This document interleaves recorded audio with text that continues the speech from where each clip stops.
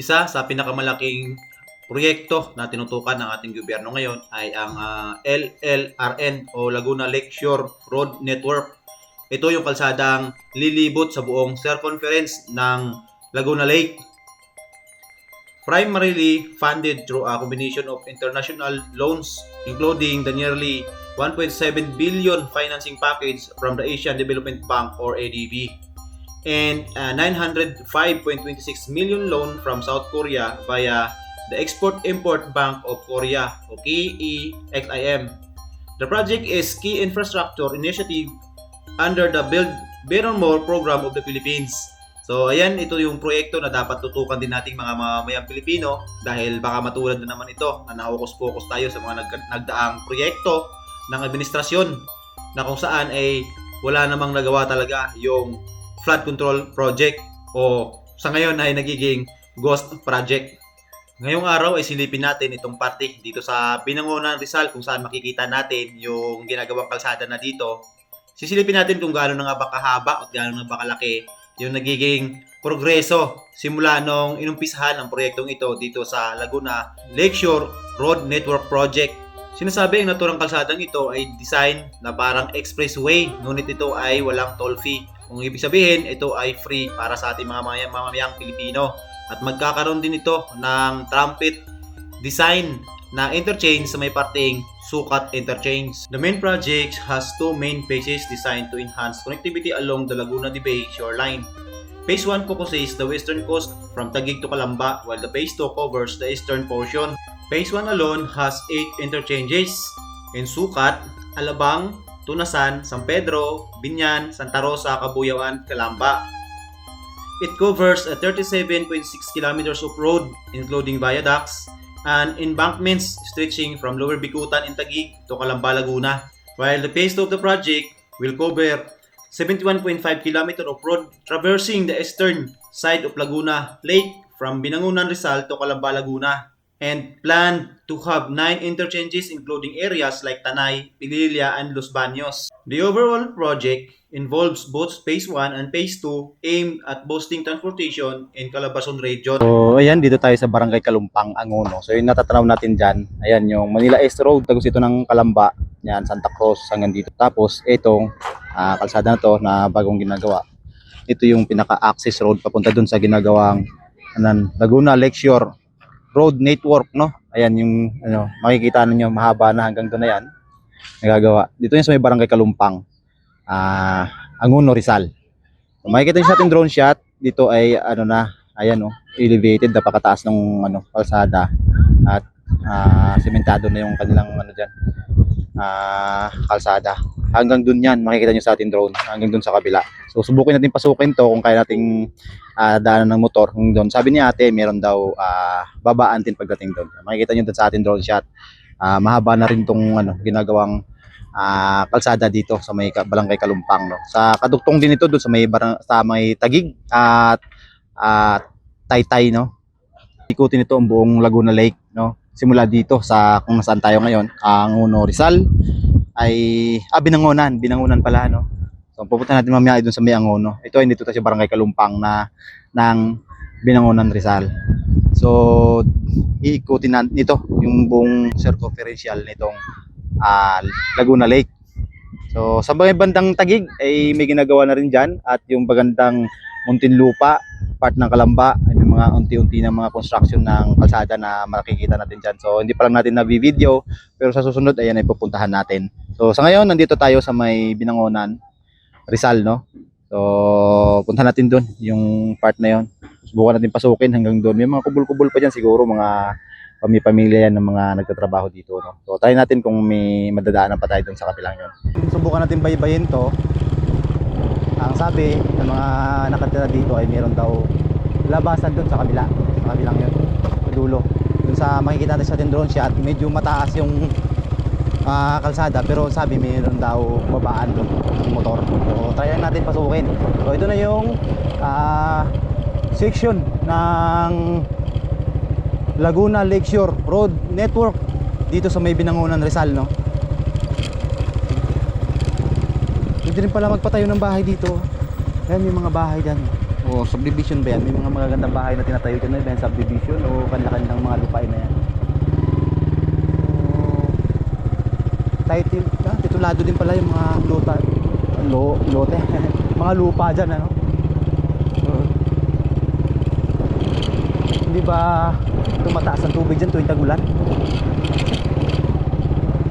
So dito hindi pa rin samitado itong pinakakalsada, pero yung kanilang tambak, yung pinaka wall nila dito sa kanilang patawag dito, no?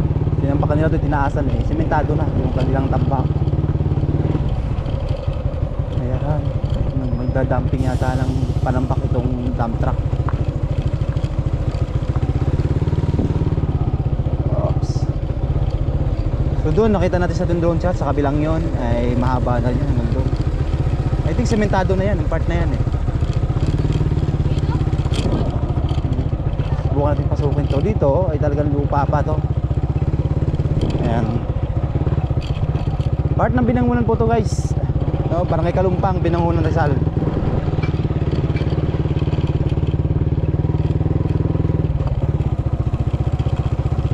Malikabok, magabok. Tanghalin tapat ngayon, mag-aalas 12 ng tanghali. Nandito tayo nagpa-vlog sa Malikabok na kalsada nitong Laguna Lakeshore Road Network. So ayan, so ito yung dapat bantayan natin mga mamamayang Pilipino, itong proyekto na to, dahil hindi biro ang proyektong ito, napakalawak nito. Libutin nito yung buong Laguna Lake. So bantayan natin, tulungan nyo kami bantayan, hindi lang kami mga vlogger, no? So magbigay tayong update, lalo sa mga residente dito, no? Kahit mga random video at picture lang kung ano mga nakaganapan dito sa proyektong ito, para ma-alerto lang yung mamamayang Pilipino. Kasi baka mamaya magiging rin to, ghost project. At least sa ngayon meron na tayong nakikita kaya lang yung mga ibang kaduktong nito, yung mga ibang part nito, hindi natin alam kung itutuloy ba ito paggawa, no? Mahirap na dito, wala na yata daan ng motor doon. Kasi baka mamaya ma-adequate na naman ng mga kontraktor at saka mga politiko yung budget nito. Kawawa tayo mga mamamayang Pilipino. Wala tayong madaanan dito, pero dito sa kabila tayo natin kung makakalusot tayo.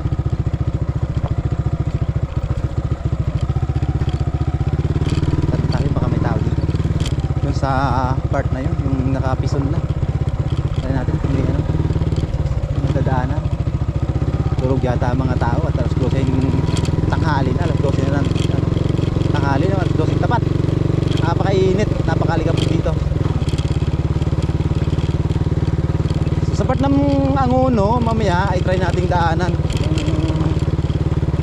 Matatagpuan natin yung kaduktong nitong part nito na ginagawa na rin. So sa ngayon, dito tayo sa may Binangonan, Rizal. Ito pa lang yung part ng kalsada na nagagawa. Ito yung first time na pinasok natin itong proyekto na to. Dito naman ay may tulay na ginawa. Ayan, itong tulay, ayan, lusutan dyan sa may ilog, kasi may ilog dyan sa ilalim. Ayan, may kotse dun, so meron ng access road dyan, may kalsada dyan. So ito yung ginawa nilang tulay dito para sa agusan o daluyan itong sapa o ilog dyan sa baba. At bagong-bago pang pintura itong tulay, ayan, nakakaya pang apakan kasi baka madumihan. Mahaba pa pala yan, hanggang dun pa, yung nagagawang kalsada. Dito may nagki-clearing pa dito sa kabila, nagbabako dito sa ilog. Ilipin natin.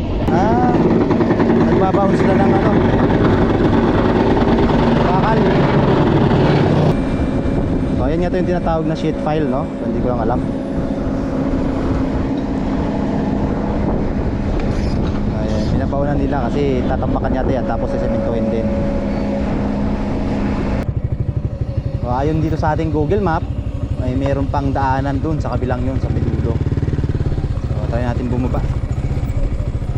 Manipis na yung hulihang gulong natin, medyo matarik to at saka malambot. Pero dito lang tayo tumulay sa mga dinaanan ng motor at sasakyan. Engineer ata ito, naka Isan Navarra, no? Baka yun yung contractor o engineer dito sa project na to. I-inspection.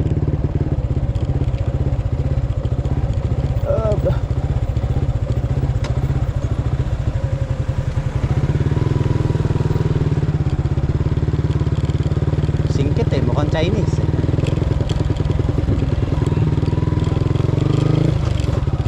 May labasan pa po doon? Meron pa?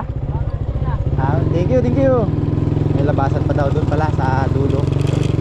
Ayan, ibayin natin to hanggat merong tayong papagmumuturan, no? Hanggat merong kalsada pwedeng pagmumuturan. Oh.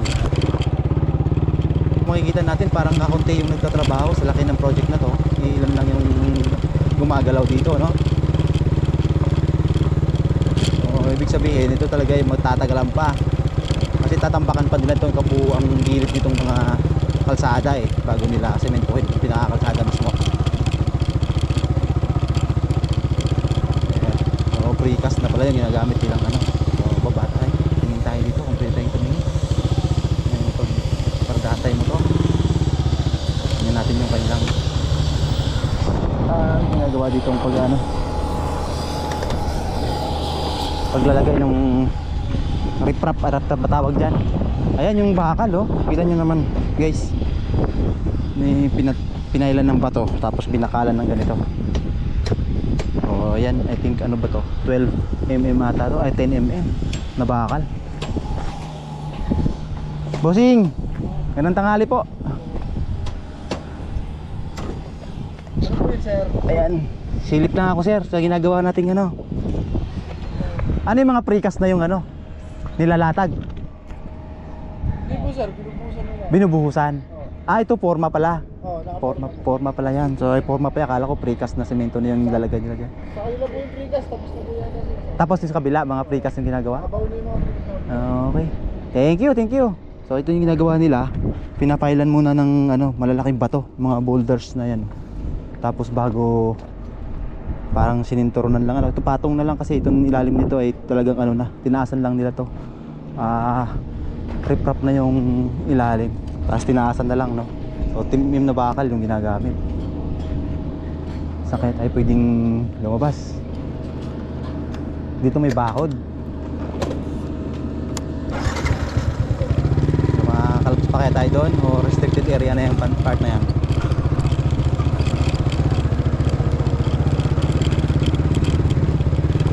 Ayan, no? So makikita natin talagang yung pagkakapail ng bagay, patong lang yun, hindi natin nakita yung pinakapundasyon nun. Pero bahala na. Yung mga manunood ang maghusga. 10mm na bakal tapos medyo malayo. Ito na yung pinaka-access road. Sir, ito na yung labasan papuntang highway. Thank you po. Ito na pala yung labasan papuntang highway. Meron pa doon pero hindi natin babaybayin dahil maliksi na lang naman na yan. At parehas lang din naman na makikita natin dyan, no?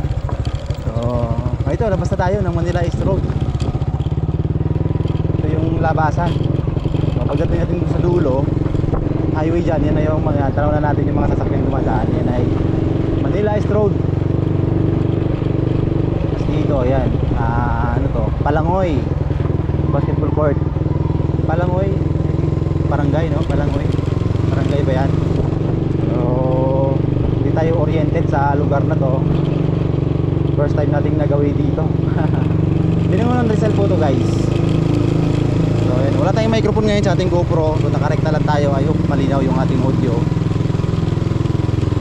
Yung maingay pa naman yung motor natin. Hanap tayo ng palamig. Nauhaw na ako. Saka nagugutom. Siguro tanghalian hanapin natin. Ito tayo kakaliwa tayo. Pabalik tayo ng Taytay at Binangonan. Amuno. Binangonan pala tayo. Ingat tayo sa pagmamaneho. Ito, hindi ko nakita yung mismong nangyari, pero pagdating ko sa una, nakita ko na lang yung mga kagulong-gulong na sila.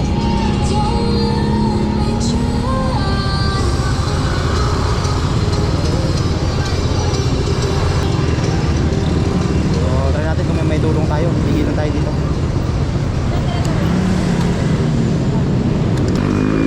Ano nangyari? Ha?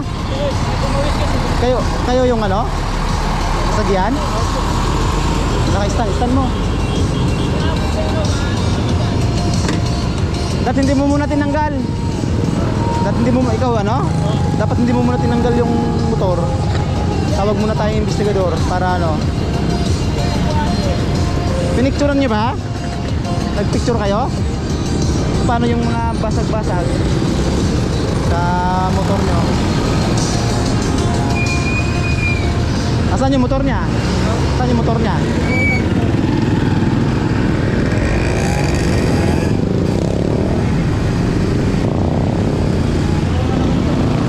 Ha?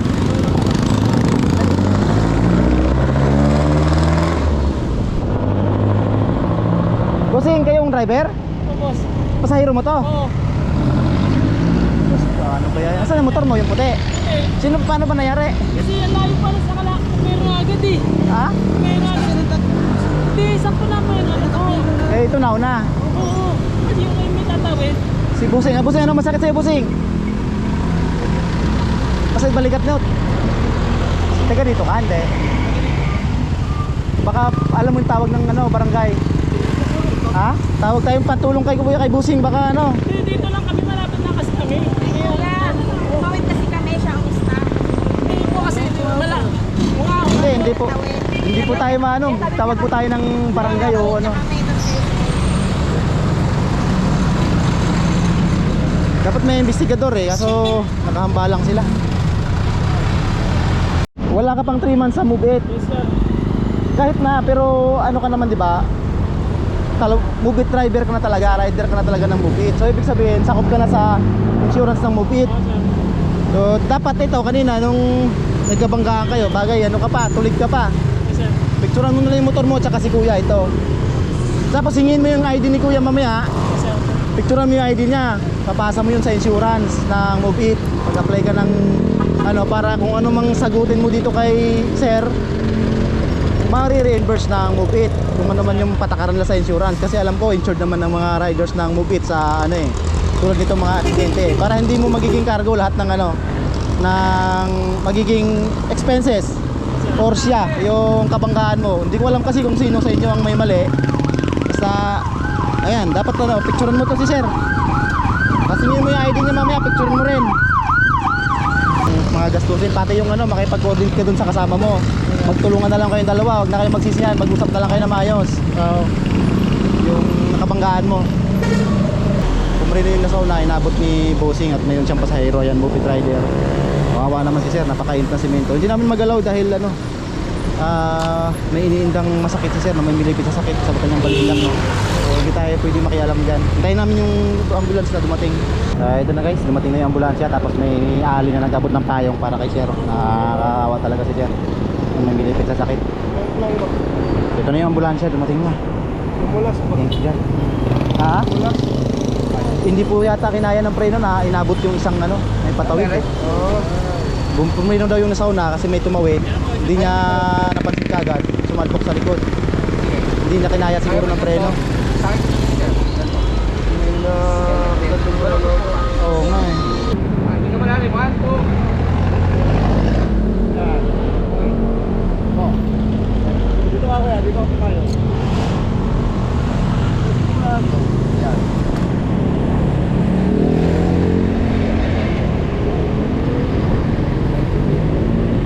Yan, alam mo, kaya mo ha? Ano, kaya? Kaya dyan? Kaya? Oo, tama na. Dala mo yung kamo.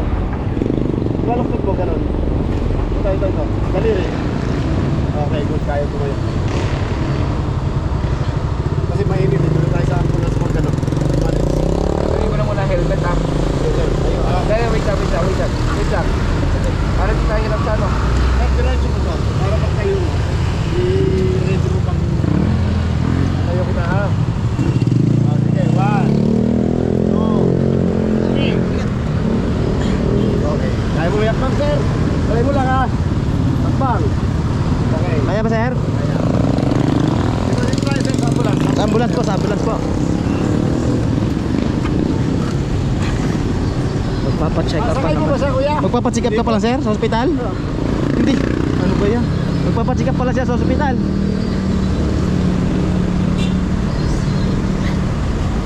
Yung allergy ko kasi ayun. Ayun sa papo, Oh, pati dito sa kamay. sa kamay. Makakasal tayo, sir. Okay po. Thank you po. Okay po. Nanay ha. Papasikap pala sa ospital, hindi umabot sa ospital, na disgrasya pa. Lalay. Ano sir? Dito daw po sa namin, ospital daw po dyan eh. Hindi ko po alam kasi. Ano ba, self-accident ba nangyari? Hindi po, bumangga doon sa unahan. Tanong mo. Sir, thank you sir. Sir, ito ang medical legal doon ha. Exit na tayo. Andun na sa ambulance. Bahala na yung mga medic dyan at saka yung mga medical ano no. Kaya mo ba magmotor? Hindi po, hindi po. Kaya mo ba magmotor? Sigurado ka. Hindi ka nahilo kaya may ano. Versa lang daw yung braso niya. Kasi nadotot niya. Natigil daw siya kanina. Pagkabagsak. Nakatigil nga daw po siya. Kasi may tumawid. Eh, layaw ka eh. Biglang tumulpok eh. Kay. Oo nga. So, yan guys. Huwag natin kakalimutan ng magdasal at of course, kahit nagdasal tayo, lagi tayong mag-iingat sa ating pagmumotor. No? Kahit motor man o 4 wheels yung dala natin, ingat po talaga. Kahit sabihin nagmamadali tayo, huwag po natin nasa alang-alang yung ating ano no,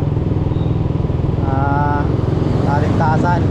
Hindi nyo lagi, may mga pamilya tayo naghihintay, tsaka may mga kasabay tayo sa kalsada na maaaring madamay. Mag-ingat po natin, mag-ingat tayo palagi sa ating mga biyahe. Yun lang, so nagpa-vlog lang ako dyan sa may ano, Lake Road ng Laguna. Nasaksiyan pa natin yung disgrasya at nakakaawa naman. So kung tumuretso na, kaya lang wala pa yung mga barangay. At yung iba naman ayaw din makialam, ayaw din tumulong. Kaya lang naawa na ako kasi na may related sakit. Kaya nakialam na tayo, tumulong na tayo, no?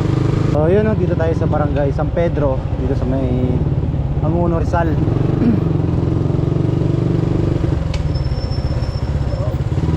Apps. May parte dito na may ginagawa na rin at may nagagawa na sa may ginagawang Laguna Lake Road Network, no? So tipin natin sa part na to gano'n nakalaki, gano'n nakahaba yung nagagawa nilang kalsada dito. Pero kung magtitingnan natin sa mapa, sa Google Map, napakaiksi pa lang. So hindi natin alam kung updated pa yung Google Map na nakikita natin or gano'n talaga siya ngayon. So try natin, silipin natin. So ayan, no, napunta tayo dito sa isang construction. I guess ayan na yun yung ano, kalsada, pero parang ayan na yun, dating kalsada talaga noon pa kasi hindi na mo damo na eh, may mga damo na.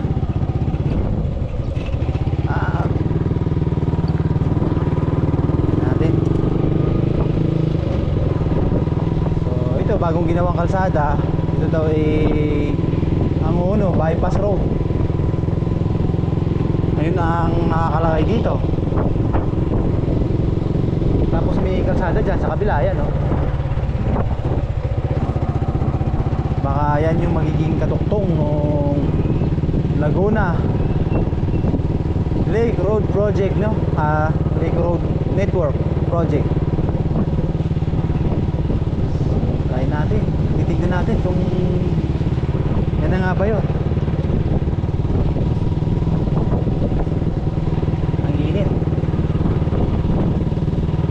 Na lang pala yan, no? Dulo na. So wala na to. So yan lang yung kalsadang maiksi na nakikita natin. At mukhang matagal na nagawa itong part na to. So ayan guys, no? So ito palang kung saan naroon tayo ngayon. Ito pala ay magiging Anguno Lakeside Park pala ito. Tapos yung nakikita natin existing na kalsada na talaga na nandun na nakagawa. So matagal na talagang nagawa yan. Yan yung magiging katuksong din ng Laguna Lake Road Network, no? So siguro tutuksungan na lang nila papunta yan dun sa may Taytay. So itong kalsada na to kung saan tayo nandito ngayon, ito yung magiging part ng Anguno Coastal Road. saan dito daw itatayo yung Anguna Lakeside Park. Ayan, so sa harap natin ay yung multipurpose building, fisherman's building, multipurpose. Tara, at hanap na talaga tayo ng mga kainan. Nagutom na ako, kanina pa tayo naghahanap sana, kaya lang mas yun na natin to para matapos na, no? So hanggang dito na lang muna magtatapos yung ating vlog sa ibang parte nitong Lakeside Roads Network, no? Ay pupuntahan natin sa ibang araw naman. Sa ngayon ay dito na lang muna tayo, at sobrang init na, tanghaling tapat na, mag-aalauna na ng tanghali. Ano na tayo makainan? Ay, abus.